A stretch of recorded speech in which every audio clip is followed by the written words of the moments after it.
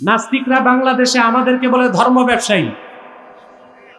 না, মুসলমান ধর্ম ব্যবসায়ী নয়। ধর্ম ব্যবসা কাকে বলে? ধর্মীয় আবেগকে পুঁজি করে ব্যক্তি স্বার্থ হাসিল করার নাম ধর্ম ব্যবসা। ধর্মীয় আবেগকে পুঁজি করে নিজের স্বার্থ হাসিল করার নাম কি?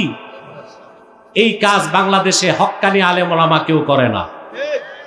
করে বরং ইসলামের স্বার্থকে রক্ষা করার জন্য এই দেশের আলেম ওলামা, হক্কানি পীর মাশায়েখ দিন ও রাত পরিশ্রম করে মানুষের কাছে দ্বীনের দাওয়াত পৌঁছায় দিচ্ছে। ঠিক কিনা বলে? প্রয়োজনে তারা রাজপথে নামে না? আলেমেরা নামে নাই? দেশ স্বাধীনের পর থেকে আজ অবধি বাংলাদেশে ওলামায়ে কেরাম আর ইসলামপন্থীগণ যত রক্ত দিয়েছে, আর কোন মানুষের পক্ষে, কোন গোষ্ঠীর পক্ষে এত ত্যাগ স্বীকার করা সম্ভব হয় না। হয়েছে বাংলাদেশে? কথা বলে না। বাংলাদেশের বৈধ উত্তরাধিকারী হচ্ছে ওলামায়ে কেরাম। এদেশের বৈধ প্রোপাইটার হচ্ছে ইসলামপন্থীগণ।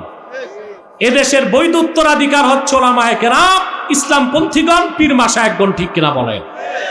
তাদেরকে বাদ দিয়ে বাংলাদেশের সংস্কার সম্ভব নয়। তাদেরকে বাদ দিয়ে নতুন যে বাংলাদেশ গড়ার চেষ্টা হচ্ছে তা আদৌ সম্ভব হবে না। কিন্তু স্টেক হোল্ডার কারা?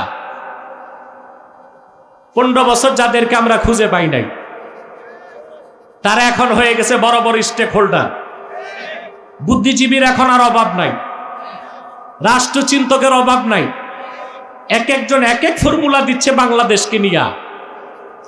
কিন্তু আমি বারবার বলছি, আলেম ওলামা যদি ঐক্যবদ্ধ হয়ে যায়, তাদের চেয়ে বড় স্টেক হোল্ডার আবার কে হবে বাংলাদেশ? কেউ হইতে পারে? তাদের কথায় রাষ্ট্র ক্ষমতায় যাবে, তাদের কথায় রাষ্ট্র ক্ষমতা থেকে নামবে। ঠিক কিনা বলে? এটা আমরা বিশ্বাস করি? জি না। আমাদের রাষ্ট্র ক্ষমতায় যারা যায় তারা বিশ্বাস করে না, পুরা ইসলামকে বিশ্বাস করে, কিন্তু রাষ্ট্র চালাবার ক্ষেত্রে কোরআন হাদিসের আইনকে মানতে চায় না। পশ্চিমাদের বানওয়াট আইন দিয়ে দেশ চালাতে চায়। এরা কি কোরআন সুন্নাহর আলোকে মুমিনুন না মুনাফিকুন? আজকে সবচেয়ে বেশি সংস্কার দরকার, দেশের জন্য দুর্নীতি না হয়। এখন আপনি কোন আইন দিয়ে দুর্নীতি মুক্ত করবেন? ইংরেজরা 196 বছর আগে যে আইন দিয়ে গেছে আপনাদের, ওই ইংরেজদের পুরনো জঙ্গলি আইন দিয়া বাংলাদেশ কখনো ঠিক হবে না। কোরআন ও সুন্নাহ শরিয়া আইন দিয়েই বাংলাদেশকে ঠিক করা সম্ভব। এটাকে মানবেন আপনারা? আপনারা মানলে কি হবে? আপনাদের নেতারা তো তা মানতেছে না। মানতেছে? বাংলাদেশে সংস্কার করবেন, আগে আইন বদলান। কি বদলাতে হবে? আইন বদলাতে হবে। ইংরেজদের 196 বছরের পুরনো জঙ্গলি আইন দিয়ে দেশ চালালে দেশে আবার দুর্নীতি হবে, আবার চুরি হবে, আবার টাকা পাচার হবে, আবার খুন খারাপি হবে, আবার হলদার পিকেটিং হবে। সুখী, সমৃদ্ধ, স্বনির্ভর, শক্তিশালী বাংলাদেশ গঠন করতে হলে মানব রচিত আইনকে ডিলিট করতে হবে, আল্লাহর কোরআনের আইন দিয়ে দেশ চালাবার শপথ নিতে হবে।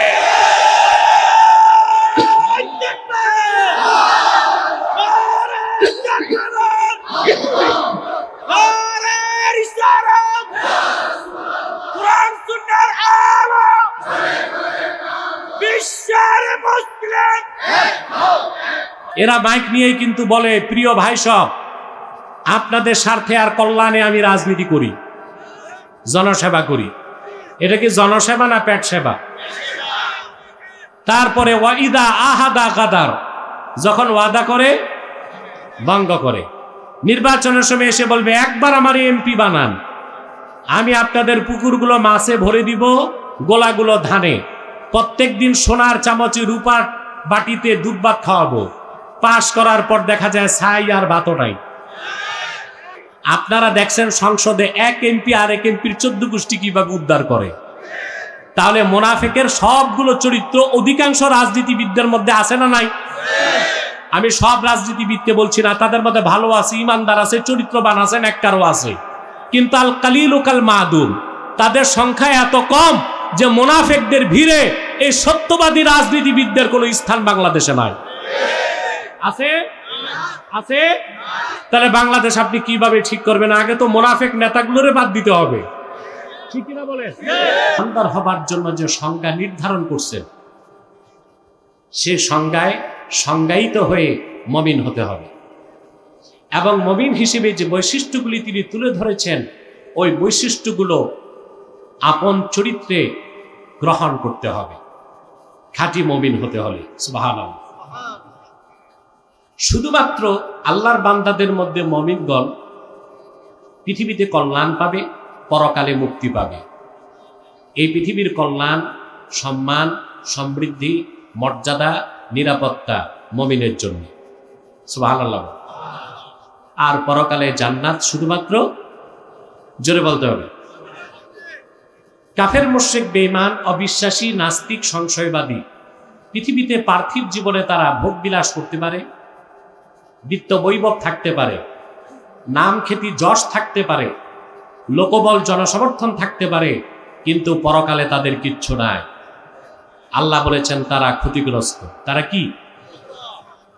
আল্লাহ রাব্বুল আলামিন বলেন, কুল হাল নুনাব্বিউকুম বিল আখসারিনা আ'মালা আল্লাযীনা দাল্লা সা'য়ুহুম ফিল হায়াতিদ দুনিয়া ওয়া হুম ইয়াহসাবুনা আন্নাহুম ইউহসিনুনা সুনআ।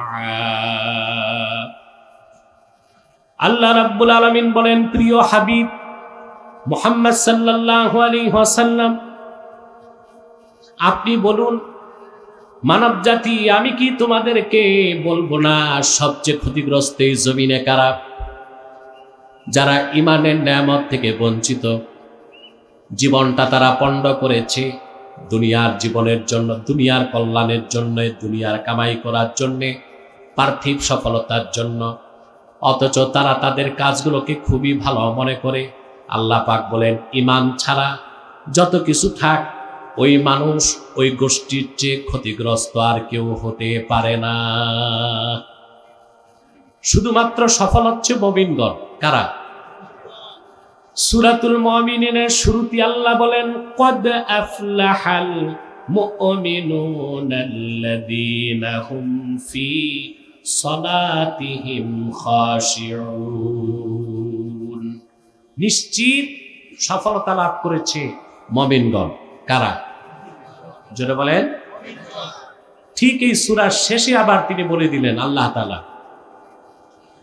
وَمَن يَدْعُ مَعَ اللَّهِ إِلَٰهًا آخَرَ لَا بُرْهَانَ لَهُ بِهِ فَإِنَّمَا حِسَابُهُ عِندَ رَبِّهِ إِنَّهُ لَا يُفْلِحُ الْكَافِرُونَ।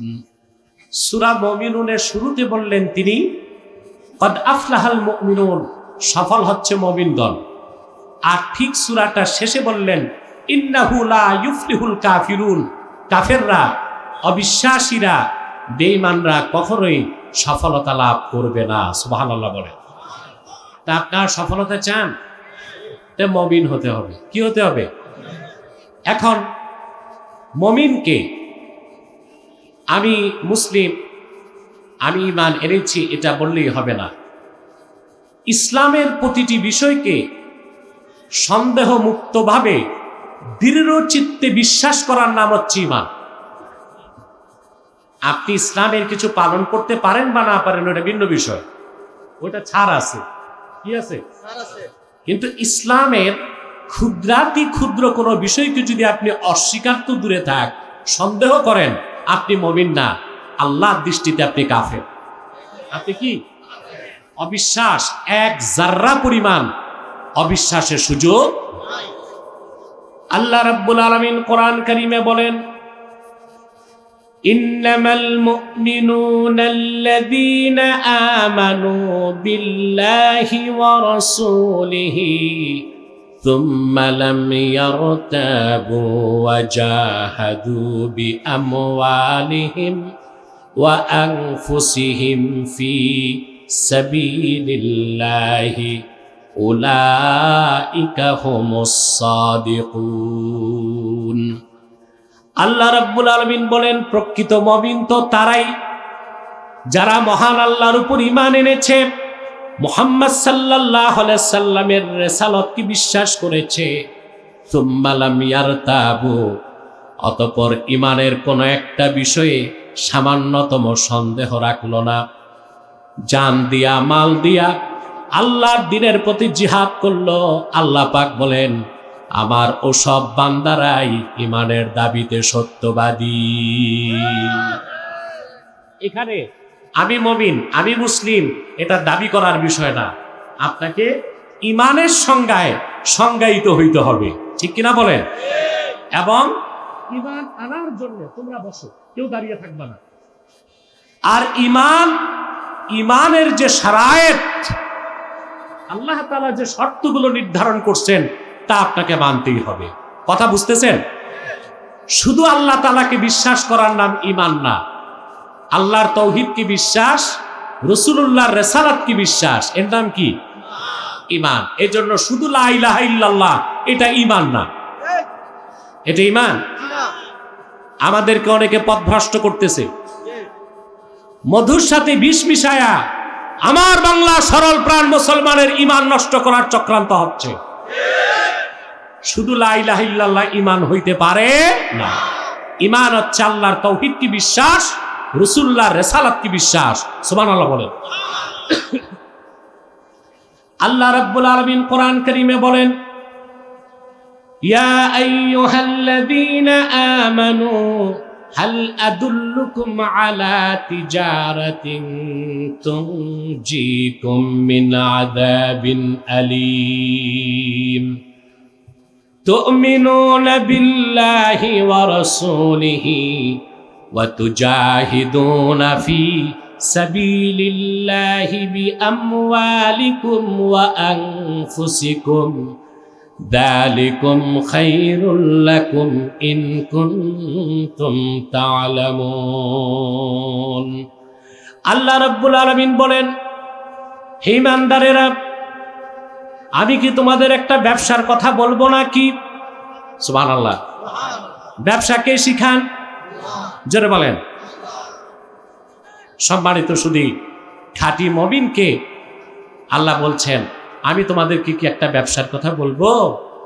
আমরা ধর্ম ব্যবসায়ী না, তবে আমাদের ব্যবসা আমাদের মালিকের সাথে। মুসলমানের ব্যবসা কার সাথে? জোরে বলতে হবে। আর যারা আমাদেরকে ব্যবসা হচ্ছে মোসাদের সাথে, ভারতের রয়ের সাথে, আমেরিকার সিআইএ এর সাথে। ঠিকটা তো ঠিক মতো বললেন না। ওদের ব্যবসা কাদের সাথে? রয়ের সাথে, সিআইএ এর সাথে, মোসাদের সাথে। আর আমাদের ব্যবসা আমাদের মালিক আল্লাহ তাআলার সাথে। উনি আমাদের সাথে ব্যবসা করছেন। তিনি বলেন, হাল আদুল্লুকুম আলা তিজারা, একটা ব্যবসার কথা কি বলবো তোমাদের, যে ব্যবসা তোমাদের জাহান্নাম থেকে স্থায়ী নিষ্কৃতি দিবে? সেটা কি? তু'মিনুনা বিল্লাহি ওয়া রাসূলিহি, তোমরা ঈমান আনবে আল্লাহর উপর, ঈমান আনবে মুহাম্মদ সাল্লাল্লাহু আলাইহি ওয়াসাল্লামের উপর। সুবহানাল্লাহ। তো শুধু তাওহীদের বিশ্বাস কি ঈমান? ঈমান কি? আল্লাহকে বিশ্বাস, আল্লাহর হাবিবকে বিশ্বাস। সুবহানাল্লাহ বলেন। অতএব শুধু লা ইলাহা ইল্লাল্লাহ এটা কালেমাও না, এটা ঈমানও না। যতক্ষণ কোনো মানুষ মুহাম্মদ সাল্লাল্লাহু আলাইহি ওয়াসাল্লামের রিসালাতকে বিশ্বাস না করবে, সে মুমিনও না, মুসলিমও না, নিঃসন্দেহে সে কাফের। কথা বুঝতেছেন? এখন আপনি যে খাঁটি মুমিন হলেন তার প্রমাণ কি? কিছু বৈশিষ্ট্য আপনার মধ্যে আনতে হবে। সেই বৈশিষ্ট্যের কথা আল্লাহ কোরআন কারীম সূরাতুল আনফালে বলেছেন। আল্লাহ রাব্বুল আলামিন বলেন, ইন্নামাল মুমিনুনা আল্লাযীনা ইযা যুকিরাল্লাহু ওয়াজিলাত কুলুবুহুম, যারা প্রকৃত মুমিন, ঈমানের সব বৈশিষ্ট্য যাদের মধ্যে আছে, ঈমানের নূরে যাদের অন্তর ভরপুর হয়ে গেছে, খাঁটি মুমিনের সবচেয়ে বড় পরিচয় ইযা যুকিরাল্লাহু ওয়াজিলাত কুলুবুহুম, তাদের সামনে যখন আল্লাহর জিকির হয়, আল্লাহর ভয়তে তাদের অন্তরটা নরম হয়ে যায়। বলেন সুবহানাল্লাহ। কি হয়ে যায়? এখানে জিকির অর্থ কি সংক্ষেপে বলছি। বাঙালি কিন্তু জিকির বুঝে না। বাঙালি জিকির বুঝে দুই ঠোঁটে। কি শুধু বুঝে কি জিকির দুই ঠোঁটে। এই জন্য আমি দেখি বাঙালি সকালে 10 মিনিট জিকির করে, বিকালে 10 মিনিট জিকির করে, আর সারাদিন সুদ খায়, ঘুষ খায়, খাদ্যে ভেজাল করে, পাল্লায় ওজনে কম দেয়, এতিম ভাতিজা সম্পদ লুণ্ঠন করে, আরেকজনের খেতে সীমানা ধাক্কায়। সত্য? 200-400 টাকা পেলে বিচারের রায় ঘুরায় দেয়। এগুলো তো নাই গরিপুরে, কিন্তু পীরের মুরিদ সকালে জিকির ঠিক, বিকালে আসলে ঠোঁটে জিকির থাকলে হবে না, ঠোঁটে জিকির সাথে মনে জিকির থাকতে হবে। কিন্তু এখানে জিকির অর্থ কি এটা বুঝতে হবে। সুবহানাল্লাহ। সকাল বিকাল জিকিরটাও জিকির, নামাজ পড়াও জিকির, তোয়াফ করা জিকির, সাফা মারওয়ায় দৌড়ানোটাও জিকির, ওয়াজ শোনাও জিকির, ওয়াজ করাও জিকির। এখানে জিকির হচ্ছে, ইবনে কাসির বলেছেন, ইদা যুকিরাল্লাহ আই ইদা যুকিরা ইনদাহুম আহকামুল্লাহ। এখানে জিকির মানে আহকামুল্লাহ, আল্লাহর বিধান, আল্লাহর আইন, আল্লাহর কানুন। সুবহানাল্লাহ বলবেন না? কার বিধান? জমিন যার, জোরে বলতে হবে, জমিন যার, আরো জোরে, জমিন যার। এটা কি ভালো করে বুঝেন। তাহলে আহকামে শারঈয়া, আল্লাহ যেটা বিধান করছেন, চোরের শাস্তি কি, ডাকাতের শাস্তি কি, দুর্নীতিবাজের শাস্তি কি, জানাকারের শাস্তি কি, নারীর কি অধিকার, শ্রমিকের কি অধিকার, মনিবের কি অধিকার, দাসের কি অধিকার, কোনটা জায়েজ কোনটা না জায়েজ, কোনটা হালাল কোনটা হারাম, ব্যক্তি জীবন, সমাজ জীবন, রাষ্ট্র জীবনের প্রতিটা স্তরে আল্লাহর বিধানকে মেনে নেওয়া হচ্ছে জিকির বলেন। এখানে আল্লাহ ওই সকাল বিকাল জিকিরের কথা বলেন নাই, আহকামে শারঈয়া, আল্লাহর বিধানকে আল্লাহ জিকির বলেছেন, বলেন সুবহানাল্লাহ। আমরা কি তা মানি? কথা বলে না। বাংলাদেশের চোরের শাস্তি কি হাত কাটা হয়?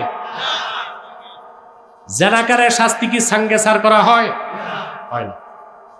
আপনি রাষ্ট্র সংস্কার করবেন কি দিয়া? রাষ্ট্রটা কি বাস আর ট্রাক নাকি হাতুড়ি দিয়ে পিটায় ঠিক করবেন? আপনাকে পলিসি নির্ধারণ করতে হবে। সবাই বলছে সংস্কারের কথা, কোথায় কোথায় সংস্কার হবে তাও বলতেছে, কিন্তু কোন নীতিতে সংস্কার হবে তা কেউ বলতেছে না। এটা বললে তো আর রাজনীতি থাকে না। তাহলে ইদা যুকিরাল্লাহু ওয়াজিলাত কুলুবুহুম আই ইদা যুকিরা ইনদাহুম আহকামুল্লাহ খাফাত কুলুবুহুম। আল্লাহর বিধান যখন খাঁটি মুমিনদের সামনে উচ্চারিত হয়, তাদের হৃদয়গুলো আল্লাহর হুকুম মানার জন্য নরম হয়ে যায়, প্রস্তুত হয়ে যায়, বলেন সুবহানাল্লাহ। যদি আল্লাহর বিধান মানতে প্রস্তুত না হয়, বুঝতে হবে ওটা মুমিন না মুনাফিক। ওটা কি? বাংলাদেশে সবচেয়ে বড় ক্রাইসিস হচ্ছে মুনাফিক সমস্যা। যারা আমাদের নেতৃত্ব দেয়, কিছু বাদ দিয়ে অধিকাংশই মুনাফিক। মুনাফিকের যত আলামত সব পাওয়া যায় রাজনীতিবিদ নেতাদের মধ্যে। মুনাফিকের আলামত কয়টা? মুনাফিক দুই প্রকার। এক প্রকার হচ্ছে কাফের মুনাফিক, তারা তো জাহান্নামী। আরেক প্রকার হচ্ছে ইমানদার মুসলমান কিন্তু খাসলতটা মুনাফিকের, ওইটা হচ্ছে ফাসেক মুনাফিক। আমাদের দেশে কোন মুনাফিক বেশি, কাফের মুনাফিক না ফাসেক মুনাফিক? ফাসেক মুনাফিকের 4টা খাসলতি আমরা রাজনীতিবিদদের মধ্যে পাই। আল্লাহর হাবিব ইরশাদ করেছেন, আরবাউন মান কুন্না ফীহি কানা মুনাফিকান খালিসা। 4টা খাসলত কারো মধ্যে যদি পাওয়া যায়, সে ব্যক্তি নির্ভেজাল মুনাফিক। ইজা তুমিনা খানা, যখন তাকে আমানতদার বানানো হয় সে খেয়ানত করে। ওয়াইদা হাদ্দাসা কাযাবা, যখন কথা বলে মিথ্যা বলে। ওয়াইদা আহাদা গাদার, যখন চুক্তি করে ওয়াদা করে ভঙ্গ করে। ওয়াইদা খাসামা ফাজার, যখন বিতর্ক করে গালিগালাজ করে। কটা খাসলত? রাসূল করিম সাল্লাল্লাহু আলাইহি ওয়াসাল্লাম বলেছেন, চারটার একটাও যদি কারোর মধ্যে পাওয়া যায় বুঝতে হবে তার মধ্যে মুনাফিকি আছে। হাত্তা ইয়াদাআহা, যতক্ষণ সে সেই খাসলতটা বাদ না দেয়। এখন মুনাফিকের কয়টা খাসলত? যদি কোনো মুমিন মুসলমানের মধ্যে এই চারটা খাসলত পাওয়া যায়, সে কি?